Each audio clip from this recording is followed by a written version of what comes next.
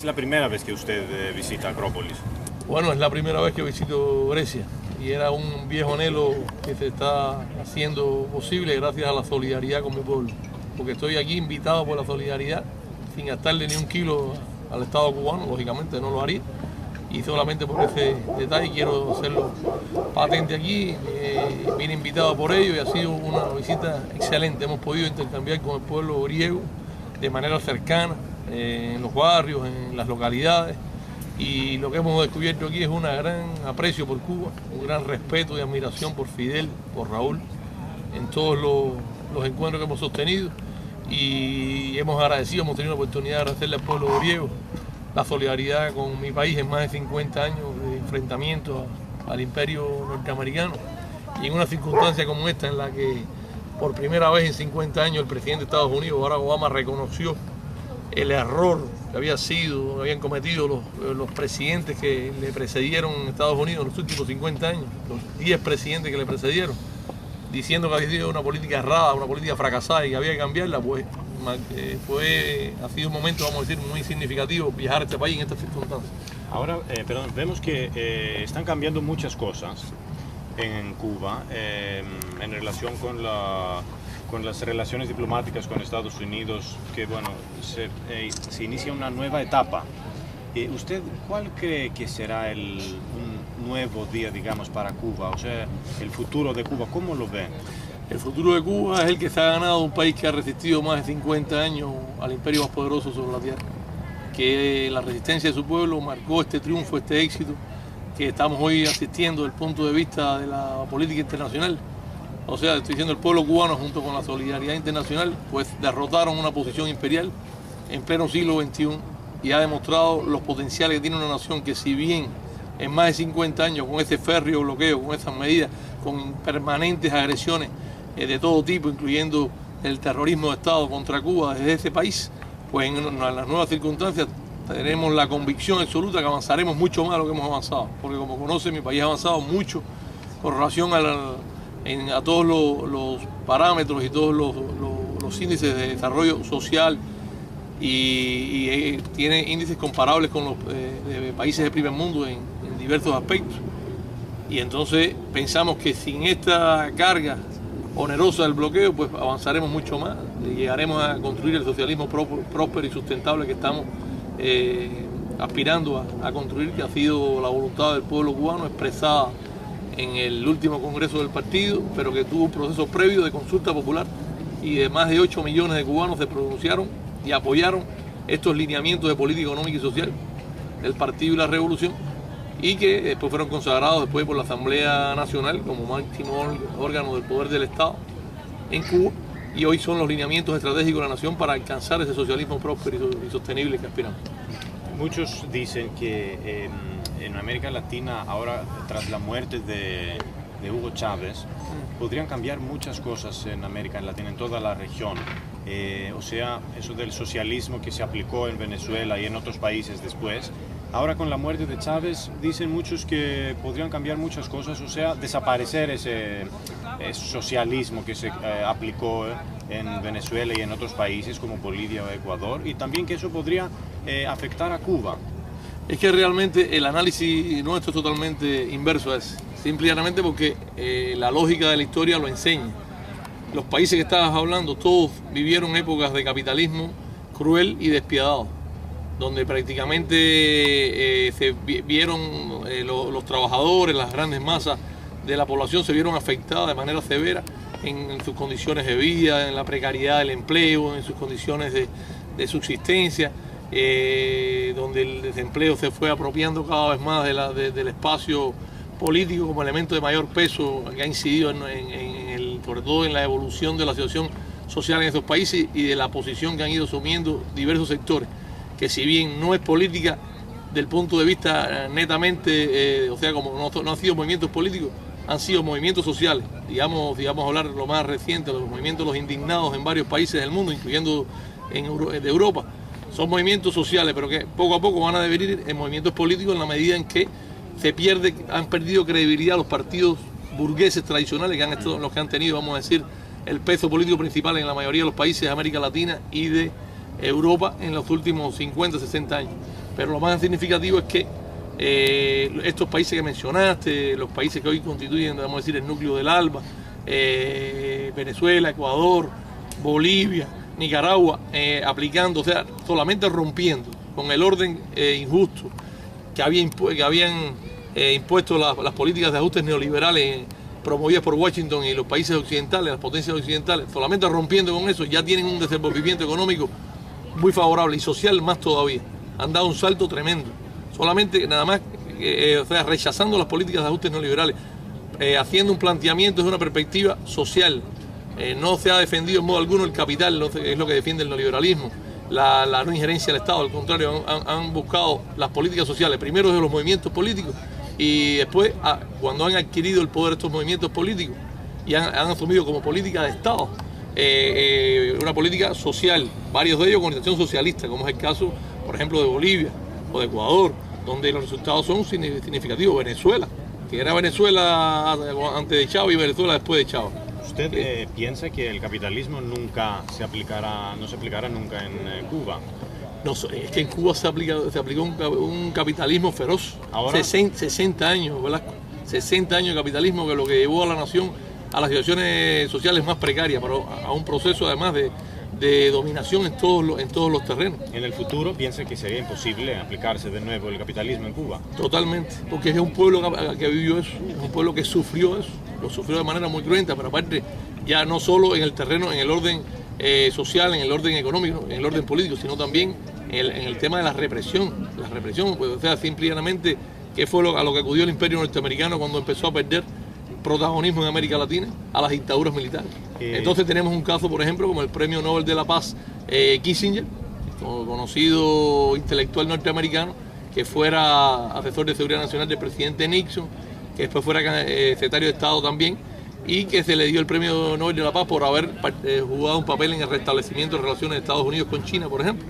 Y sin embargo fue uno de los que más estimuló todas las acciones de guerra encubierta contra Cuba y asesinatos políticos. Entonces son de las contradicciones que no son entendibles. Por eso Cuba no podrá virar al capitalismo, porque conoce todas esas experiencias funestas que han generado para América Latina y para el mundo. Y también conoce experiencias positivas, exitosas, de socialistas, no solo en nuestro entorno geográfico, como te explicaba, en América Latina. Estamos viendo China. Hoy China es la primera economía mundial. O sea, primera economía en términos de desarrollo. A ver, la economía norteamericana sigue siendo en términos de Producto Interno Bruto superior, pero es una economía quebrada. Estados Unidos es el país más endeudado del mundo. Tiene casi 17 millones de dólares de deuda con el resto del mundo. Y entonces viven del ahorro del mundo. Déjame terminar esta idea porque es importante. Viven del ahorro del mundo, del ahorro del pueblo griego, del ahorro del pueblo de español, del ahorro del pueblo francés, viven del ahorro del resto del mundo. Todos los países que guardan sus monedas de reserva en los bancos en dólares simplemente están financiando la economía norteamericana. Y por eso entonces el ciudadano norteamericano medio consume 2 veces y media sus ingresos. ¿Cómo se entiende eso? ¿Cómo la sociedad puede prosperar así? Solamente porque tienen la máquina de imprimir moneda.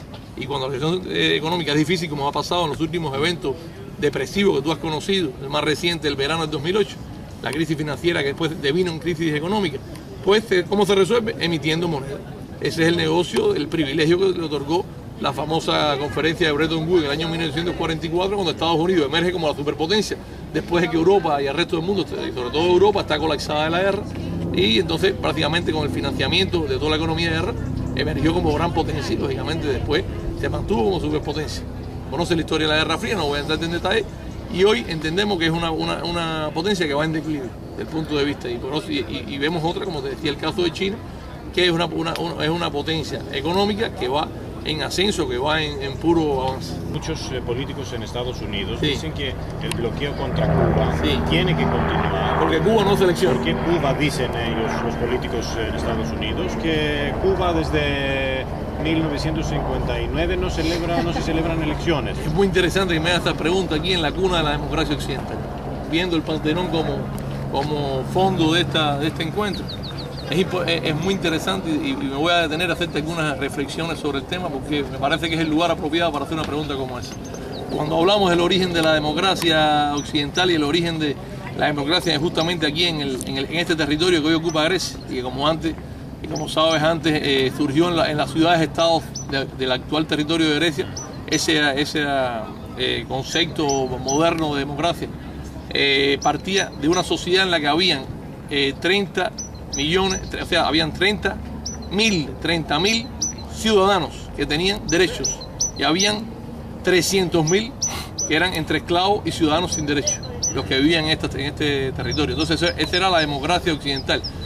Los ciudadanos tenían las prerrogativas de ejercer los derechos civiles y políticos, pero los demás no tenían ninguno, eran o esclavos, a los que básicamente ni siquiera se les pagaba, simplemente vivían por un plato de comida y aparte sometidos a la represión brutal de una democracia que simplemente se imponía sobre la base de la fuerza, del poder económico, de las élites de poder que al final decidían esa democracia. Por eso es muy importante, porque después entonces vino la evolución de la democracia en el mundo y las experiencias democráticas que tomaron como referencia a esta experiencia griega.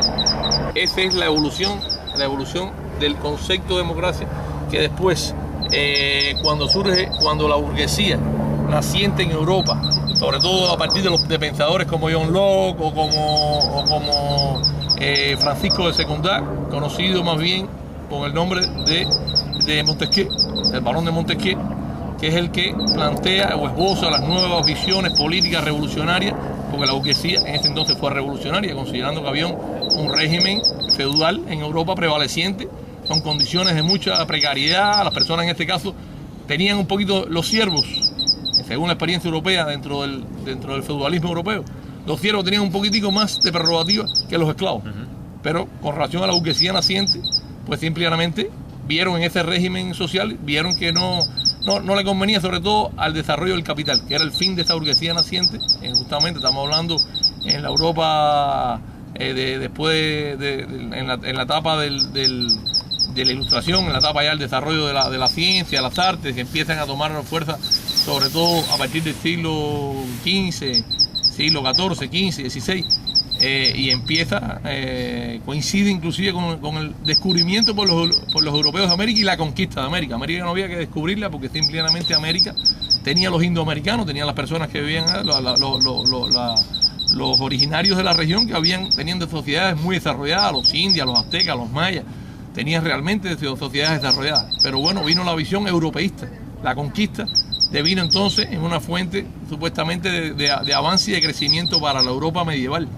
Y en estas circunstancias, entonces, estas nuevas corrientes, vamos a decir, revolucionarias burguesas, plantean entonces una nueva perspectiva de democracia. Vamos a decir, intentan perfeccionar la democracia griega, por decir algún referente, ¿no? Y entonces vienen la distribución de poderes de Montesquieu, la idea de los poderes, la separación de poderes entre el poder ejecutivo, el legislativo, el judicial, a fin de buscar los balances y las contrapartidas necesarias para lograr que fuera efectivo el ejercicio del gobierno, el ejercicio de la democracia y que realmente representaran los intereses de los gobernados. Ahora, ¿eso pasó en la realidad? Hay que decir que la democracia burguesa fue realmente, el ejercicio popular fue lo que prevaleció. Se puede decir de que en la actualidad, en el siglo XXI, esa democracia que después se intentó poner como referente a la democracia norteamericana como la más y última y más acabada democracia después de las experiencias europeas y su expresión en América a través de la democracia creada en Estados Unidos como referente de democracia. Te voy a decir mi punto de vista sobre esa democracia que hoy vemos en estos países. Podemos decir que las monarquías constitucionales europeas, esas que están en España o en Bélgica o en Inglaterra, son democráticas. Esos que tienen las cámaras cámaras superiores como la Cámara de los Lores en Inglaterra, que siguen representando todavía a la nobleza feudal inglesa en términos de atributos por encima de los representantes de las regiones, que son al final los representantes supuestamente electos por la población. Entonces existen muchos mecanismos, pero ¿son mecanismos para qué? Para preservar el poder de las clases pudientes, de las clases justamente burguesas, por encima de los poderes y los derechos del resto de la sociedad. Es una realidad. Eso se expresa de diversas maneras. ¿Cómo es posible que pueda ser un proceso democrático cuando parte del empleo del dinero? Si hay dinero, entonces puede ser electo un senador, puede ser electo un representante. ¿Tú sabes cuánto cuesta ser electo un presidente en Estados Unidos? Las cifras récord ya se han ido alcanzando miles de millones, 2.000, 3.000, 4.000 millones, lo que cuesta una campaña presidencial. ¿Cuánto cuesta la campaña de un senador? 80, 90 millones de dólares. O de un representante, 40 o 50 millones. Eso es democracia, realmente. Entonces, nosotros hemos estado haciendo la experiencia cubana, que entendemos que es la nuestra, no entendemos que sea perfecta, pero que ha sido ante todo contando con el pueblo de verdad, yendo a los orígenes de la verdadera democracia, aquella democracia que representa a los humildes, a los desposeídos, aquellos que es la inmensa mayoría de la población, aquellos que tienen, que tienen el peso principal de la carga de la sociedad en cuanto sentido de la producción, del sostenimiento, de la producción de bienes y servicios. No son los que viven de la especulación financiera. ¿Cómo hoy está estructurada la economía mundial? ¿Qué peso tiene hoy la especulación financiera en el desenvolvimiento económico del mundo? ¿Qué incidencia tienen las crisis financieras que se han ido desatando cada vez con mayor severidad y han afectado a la mayor parte de los países del mundo? ¿Qué peso tienen eso? El gran capital financiero, que ya no solo es un país, es transnacional. Por eso responde a élites de poder. Y con eso cuando hablo de élites de poder imperial en Estados Unidos, no me estoy refiriendo en modo alguno al pueblo norteamericano. Ese pueblo noble, ese pueblo que siempre movido por razones humanas, muchas veces ha estado dispuesto a entregar su sangre por ayudar a una causa justa, que ayudó contra el fascismo en alguna medida. Participaron determinada cantidad, algunos cientos de miles de norteamericanos en la lucha contra el fascismo en Europa o en otras causas. Hay muchas personas muy buenas y el pueblo cubano conoce al pueblo norteamericano. Tuvimos expresiones de solidaridad del pueblo norteamericano en todas las etapas de la gesta independentista del pueblo cubano. O sea que podemos expresar que ese gran capital transnacional y en el que el gran capital norteamericano tiene un peso prominente, sobre todo por los flujos de capitales, por los montos de capitales que manejan, y que al final son los que pagan a los políticos que asumen el poder en ese país y en los países de Occidente, porque son los que pueden pagar esa cifra. ¿Qué partido obrero, popular, campesino puede pagar 80, 90 millones de dólares por elegir un senador? O 4.000 millones para elegir un presidente? Eso no, solamente el gran capital puede pagar eso. Entonces, por eso decimos que la democracia burguesa, tal y como se ha ido evolucionando en los últimos años, es la democracia del dinero. Y el dinero no es la expresión del sentido del soberano, que es el pueblo. El pueblo es el que tiene que decidir. Entonces, cuando vamos a hablar de la democracia cubana, es una democracia participativa. Esa es la diferencia entre la democracia representativa burguesa y la democracia participativa cubana. Es una democracia en la que todo se le consulta al pueblo. Es una democracia en la que cada aspecto que tiene decisión importante, que en la vida de la sociedad, del pueblo, de la población, tiene impacto, se consulta. En Cuba, pese a que hemos vivido los momentos más difíciles, no han existido políticas de ajuste neoliberales. Y tú sabes lo que te estoy hablando, porque tú sí lo has vivido. Tú eres un peruano griego que vive en Grecia. ¿Hace cuánto? Naciste en Grecia, pero tienes familia allá. Sí. Y te considera tus orígenes peruanos lo preservan. Por eso me dijiste, soy cubano, soy griego, peruano. ¿Y cuánto has vivido en este país? ¿Cuántos de qué edad tienes? 35. 35 años. ¿Has visto los acontecimientos? No he hablado con una sola persona en esta visita en que no tenga opiniones muy serias sobre lo que están viendo, que es el capitalismo moderno en Europa y la crisis general que ha provocado y la situación de precariedad social y de pobreza que ha generado. ¿Tú te imaginas que más de la mitad de los jóvenes que están hoy en la poderosa Unión Europea no tengan trabajo? ¿Cómo se explica eso? ¿Cómo se puede explicar eso? ¿Cómo se le puede explicar eso a una familia que trabaja, que produce bienes y servicios? Los que trabajan producen el aceite de oliva, que es una fuente de alimento principal en cualquier país europeo. O sea, y que trabajan humildemente en la tierra con un gran esfuerzo, y que entonces sus poquitos recursos que han tenido guardados en los bancos se le han vuelto pan y agua, se le han hecho polvo, porque simplemente no han tenido, al final, con la inflación, con las políticas de ajuste, con todo, simplemente se le ha depreciado sus pocas posesiones, han perdido sus propiedades, han perdido sus viviendas. ¿Qué te digo? Que nosotros tenemos mucha fe y mucha confianza en la democracia cubana, en la que hemos experimentado. Y repito, no decimos que es la mejor, no decimos que es el referente de nadie, es la nuestra.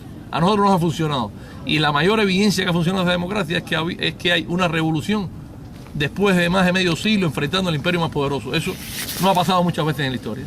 Hay que decirlo así. Nosotros tenemos una posición total de respeto por la historia, tenemos una posición de respeto por todas las experiencias de todos los países, y no tenemos la nuestra. Pero lo cierto es que si la revolución cubana no hubiese sido una gran democracia, no hubiese subsistido ni un día en esas circunstancias. Entonces, solamente con la consulta popular, con el intercambio con el pueblo. El ejemplo más reciente es cuando se discutió en el último congreso del Partido Comunista de Cuba los lineamientos de política económica y social que iban a trazar la dirección estratégica del país en los próximos años para alcanzar ese socialismo próspero y sostenible que estamos aspirando. Y eso fue discutido con toda la población. En Cuba somos 11 millones de cubanos y alrededor de 8,7 millones de cubanos participaron en los intercambios sobre esas proyecciones, para dar opiniones, criterios.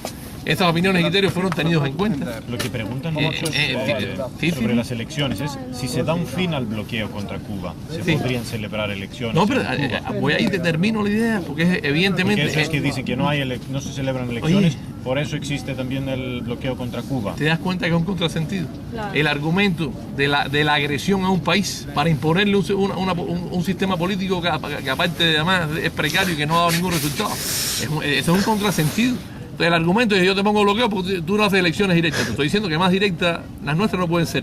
Y te la explico para que la conozcas. Y aparte porque es importante romper el estigma que ha creado justamente el imperialismo norteamericano y sus aliados con relación al sistema político cubano. Eso hay que romperlo. Tú mismo también tienes una percepción, puede ser no directa, no conoces los detalles y puedes pensar, no, es que no hay elecciones directas en Cuba. No, te voy a decir si son directas en Cuba y tú compárala con las de Estados Unidos o con las que tú quieras, el país que tú desees. En Cuba, la elección de los poderes del Estado emanan del pueblo, primero de la reunión de los ciudadanos en la base.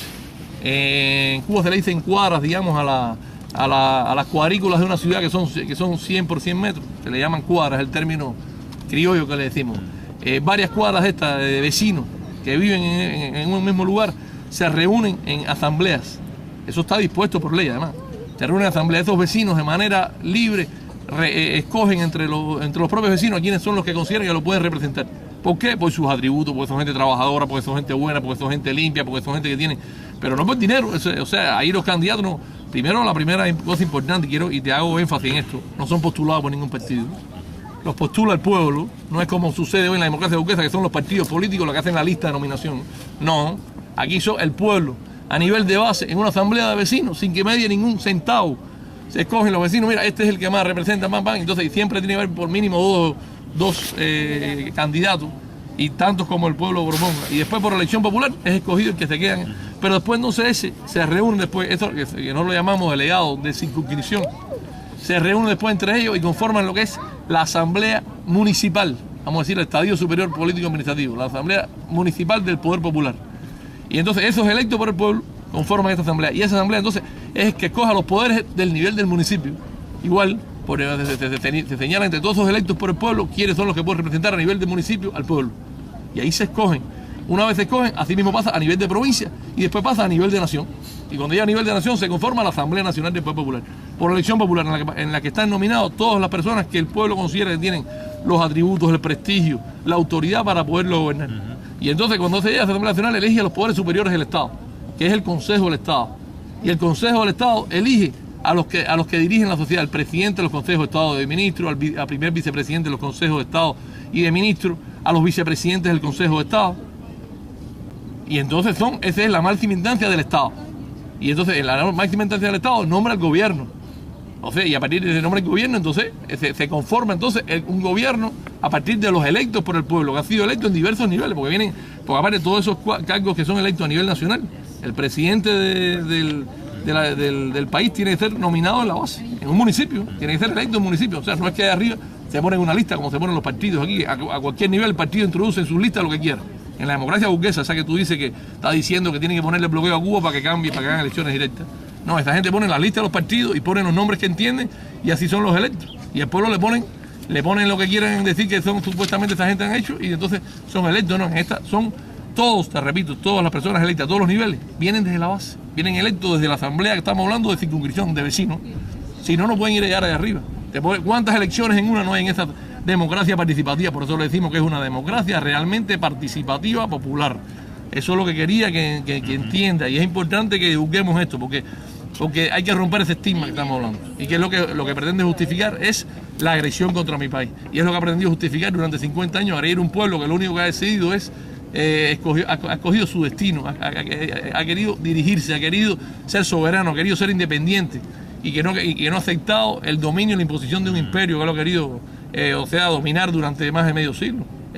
Por eso cuando uno llega aquí a este país, se encuentra la admiración en cada ciudadano, porque hemos hablado con personas de derecha, de izquierda, de centro.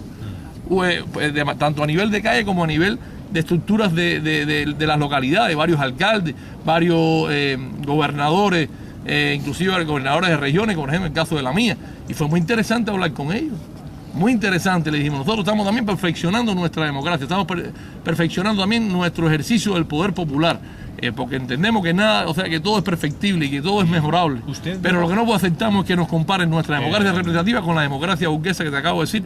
No ha resuelto nada a la humanidad y lo único que ha estado llevando a la humanidad a situaciones de precariedad tremenda, porque como conoce, ya el fenómeno medioambiental, las crisis medioambientales, las crisis alimentarias, las crisis hídricas, producto de la contaminación de las aguas, las crisis, las pandemias que se van desatando en el mundo, producto de qué es eso, de que no se destinan recursos a esas cosas, y entonces se destina recursos a la carrera armamentista, que es la que pagan las potencias occidentales y que es un gran negocio como tú conoces. Entonces todo eso es la verdad realidad, eso tenemos que hablarlo nosotros y ponerlo a disposición de la población para que lo conozca y para que puedan sacar sus propias conclusiones. Usted había dicho que el comunismo nunca se aplicó en Cuba, ¿o no lo entendí bien? No, te decía, Velasco, que el comunismo es una aspiración, aplicarlo.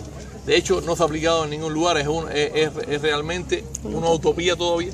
Es algo que cuando se concibió, los clásicos del marxismo hablaron del comunismo como una sociedad a la que debía aspirar la sociedad moderna.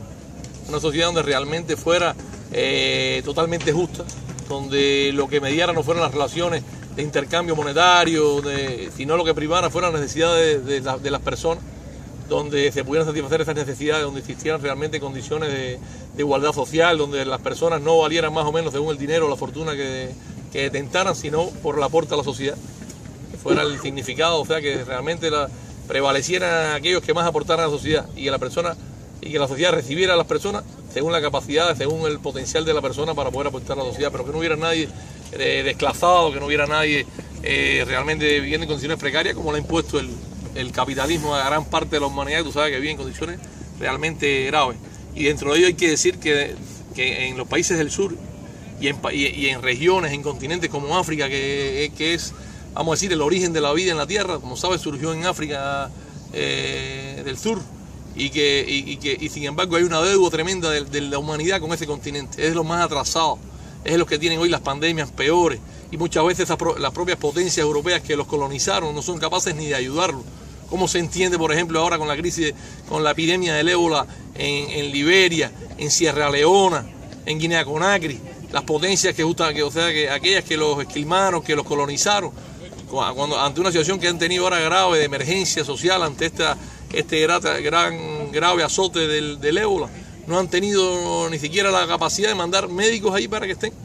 En algunos lugares tenían que mandar militares porque están obligados a hacerlo. Déjame terminarte la idea, no me interrumpa. Han tenido que mandar militares para hacerlo, porque no han ni siquiera médicos con la disposición de ir a arriesgar sus vidas para poder ayudar a esas personas que están pagando hoy las consecuencias de años de colonización. Entonces, ¿cómo se entiende eso? Entonces, sin embargo, dice, bueno, ¿cómo sucede eso por un lado? Y entonces, ¿quién es el que ha podido acudir en ayuda de ellos? Mira, países como Cuba, que tenemos situaciones difíciles a partir de la propia situación del bloqueo, la imposición del bloqueo, y lo que hemos vivido en estos 50 años de agresión contra Cuba. Y sin embargo, cuando se dijo ayudar a estos países, ¿cuántos médicos levantaron la mano en Cuba para ayudar? 15.000 médicos. 15.000 en sus casas. Estamos dispuestos a ir a jugarnos la vida para ayudar a estos países. Ese es el verdadero ejercicio de la medicina.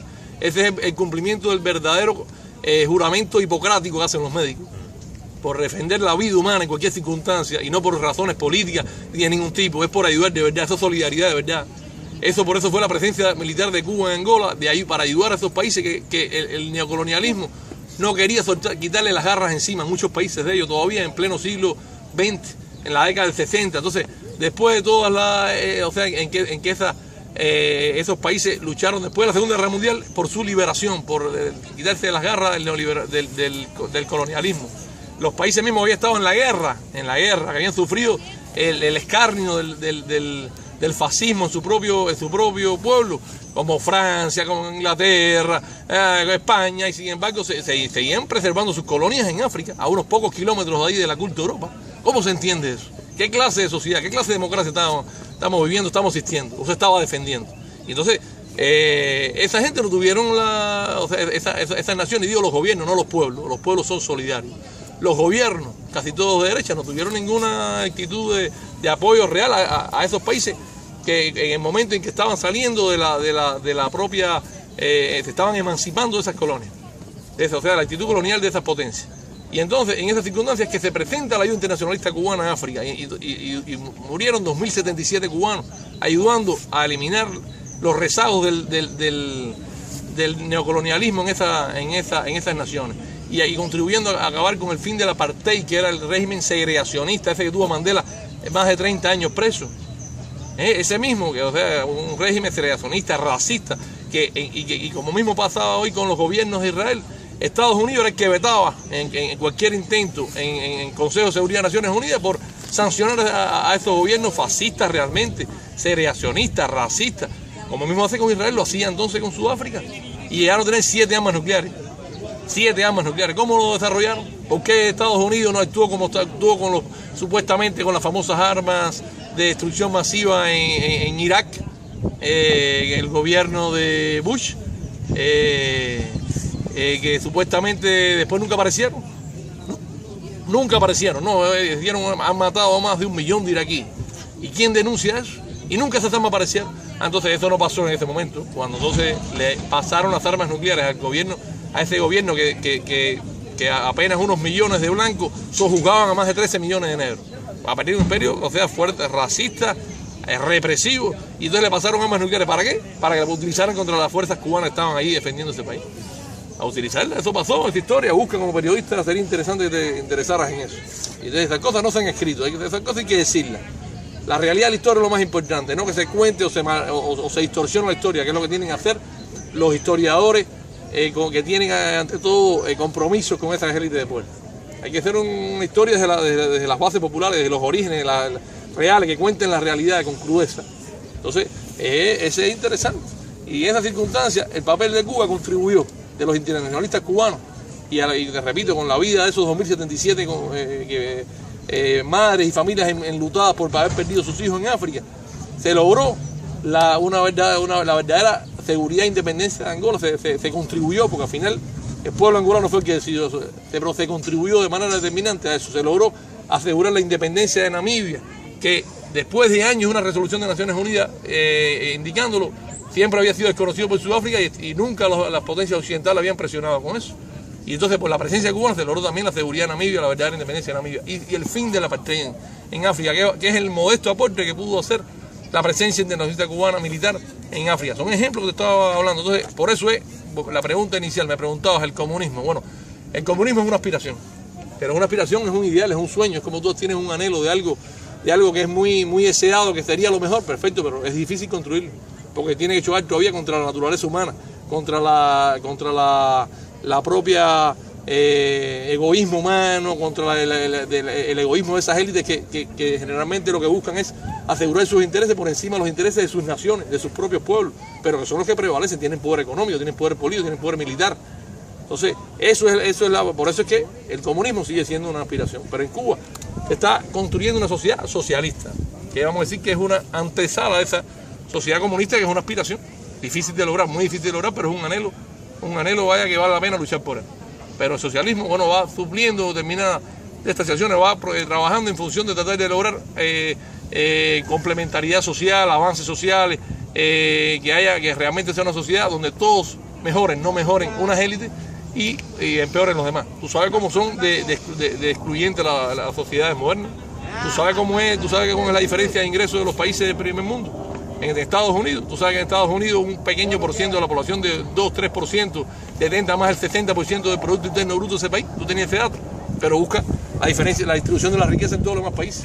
En Inglaterra, en Francia, en España, búscala en Alemania, busca la diferencia. ¿Cómo es que se distribuye la riqueza? Entonces, esa es la verdadera democracia. No utilicemos el término democracia como un juego de palabras, que es lo que se suele hacer. Cada vez como han pretendido hacer con los derechos humanos. Y han utilizado los derechos humanos como pretexto. Esos mismos que violan los derechos humanos, esos mismos que me estaba refiriendo ahora, que violan los derechos humanos de todas las perspectivas que te acabo de explicar. Entonces utilizan el recurso manido de los derechos humanos para decir que entonces no son sociedades democráticas, no se respetan los derechos humanos, no se respeta la libertad de expresión.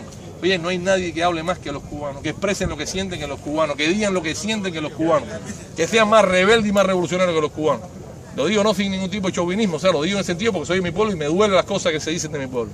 Me siento con la responsabilidad de hablarte con esta claridad y con franqueza.